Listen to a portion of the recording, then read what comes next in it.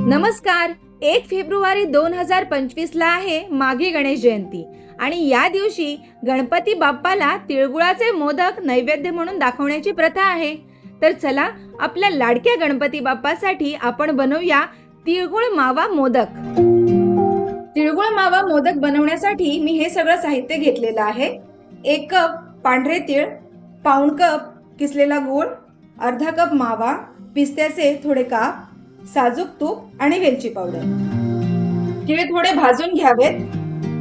त्यानंतर तीळ थंड करून मिक्सरमध्ये असे जाडसर बारीक वाटून घ्यायचे. आता मावा थोडासा कढईत परतून घ्यायचा. मावा थोडासा परतून झाला की आता यामध्ये हे गूळ घालायचा आहे. गूळ छान वितळून माव्यात व्यवस्थित मिक्स झालेला आहे. आता यामध्ये ही तिळाची पावडर घालायची, ती वेलची पावडर देखील घालायची. हे छान मिक्स झालं की गॅस बंद करून घ्यायचा.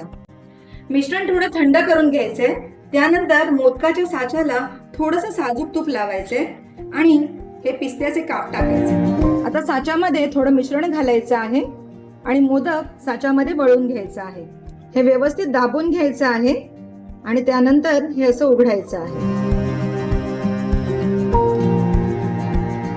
हे पहा, सुंदर असा आपला मोदक तयार झालेला आहे.